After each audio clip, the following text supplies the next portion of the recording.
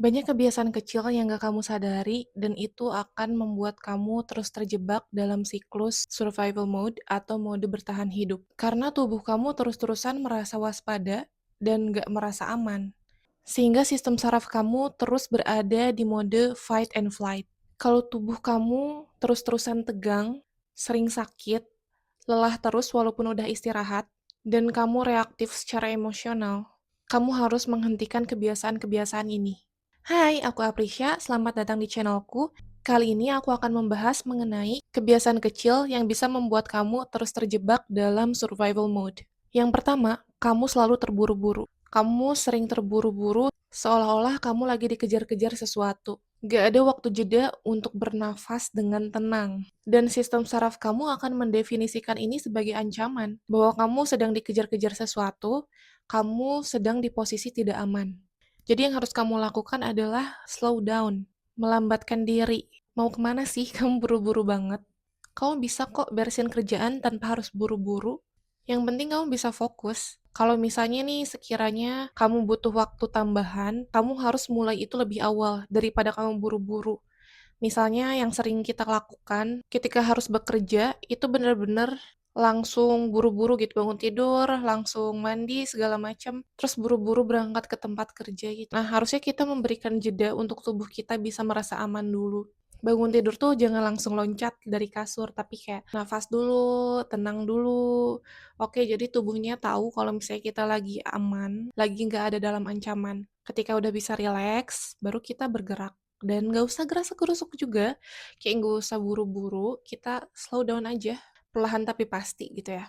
Yang kedua, keinginan untuk selalu produktif atau sibuk. Kamu ngerasa kalau misalnya kamu punya waktu luang pun kamu isi dengan kegiatan yang produktif, karena kamu nggak mau menyia-nyiakan waktu kamu. Kamu ngerasa waktu itu sangat-sangat berharga, jadi nggak boleh disia-siakan sedetik pun. Ketika harusnya kamu beristirahat pun, kamu pakai dengan ngedengerin podcast-podcast pengembangan diri. Ketika waktunya bertemu teman, kamu pakai untuk ngomongin ide bisnis. Ketika kamu lagi liburan, kamu maksimalkan untuk bikin konten. Itu semua bukan berarti nggak boleh, tapi harus ada waktu di mana kamu benar-benar istirahat.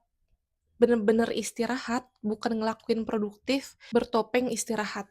Karena tubuh kita juga butuh jeda, kayak cuman sekedar untuk bernafas dengan tenang, untuk benar-benar ngelihat keadaan di sekitar, ngelihat alam, engage sama orang, ngobrol, kayak cuman sekedar minum teh, nikmatin suasana, itu juga kita perlu gitu. Mungkin kamu nanya, ya nggak apa-apa dong, yang penting aku bisa produktif, dan aku juga nggak ngerasa keberatan kok ngelakuin hal-hal produktif di waktu senggang aku, daripada aku pakai cuman buat tiduran doang, buat scroll HP, dan lain sebagainya. Iya, aku juga dulu mikir kayak gitu, aku ngerasa gak ada masalah kok dengan ngelakuin hal-hal produktif di waktu senggang, tapi ketika semakin aku sadar, itu malah semakin membuat kita terjebak di survival mode gitu loh.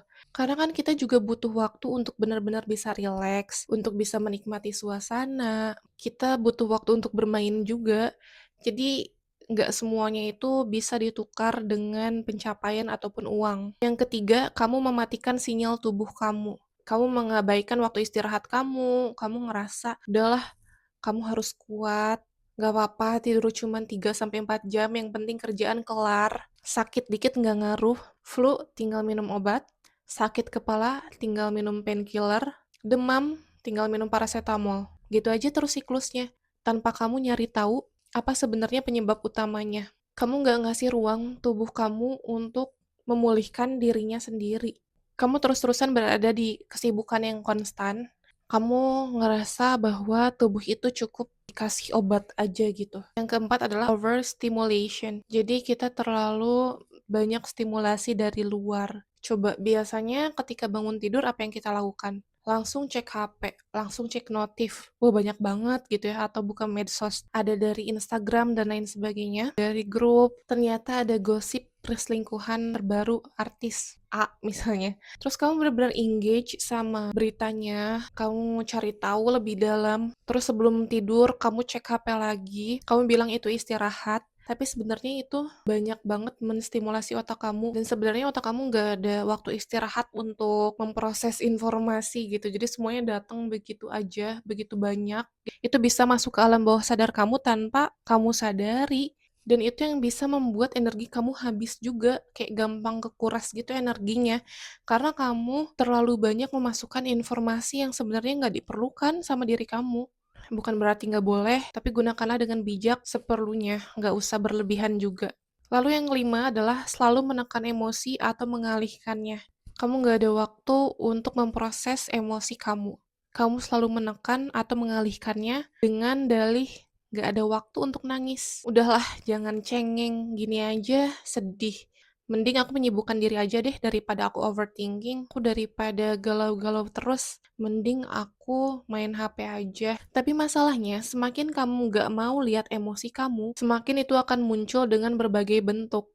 Ya bukan berarti kamu harus meromantisasi kesedihan kamu, meromantisasi emosi kamu, tapi yang perlu kamu lakukan hanya, ya udah, kamu proses aja, kamu terima kalau misalnya kamu lagi marah, lagi sedih, lagi apapun itu, dan kamu melihat itu sebagaimana adanya, bukan dilebih-lebihkan juga, tapi juga kamu nggak perlu menekan atau mengalihkannya, malah nanti akan semakin muncul, kamu akan terus-terusan terjebak di survival mode. Entah kamu jadi gampang ke-trigger, entah kamu jadi emosian, atau kamu jadi burnout, karena tubuh kamu nggak ngerasa aman untuk benar-benar merasakan emosi itu. Lalu selanjutnya adalah mengandalkan kafein untuk mendapatkan energi. Biasanya ketika kamu masih terjebak dalam survival mode, kamu akan terus-terusan merasa lelah, kayak nggak ada energi untuk melakukan kegiatan sehari-hari. Kamu ngebus energinya itu dengan menggunakan kafein. Tapi sebenarnya kafein itu ada side effect-nya, akan membuat kamu kecanduan dan merasa cemas. Dosis tinggi ini bisa meningkatkan tekanan darah dan detak jantung.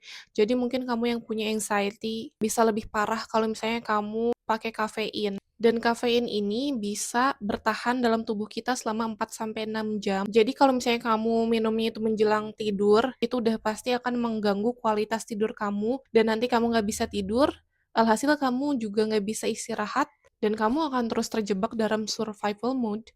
Jadi kalau misalnya kamu benar-benar ingin keluar dari survival mode, pastikan kamu udah menghentikan kebiasaan-kebiasaan yang tadi aku share, karena itu kebiasaan kecil yang kadang nggak kita sadari. Tubuh kita juga butuh untuk bisa merasa aman, bisa rileks dalam sehari-hari. Pokoknya berikan aja yang terbaik untuk tubuh kamu. Oke, sekian aja video kali ini. Semoga video ini bisa bermanfaat untuk kamu. Jangan lupa untuk dukung terus channel ini dengan cara subscribe, like, komen, dan share. Sampai jumpa di video selanjutnya. Dah!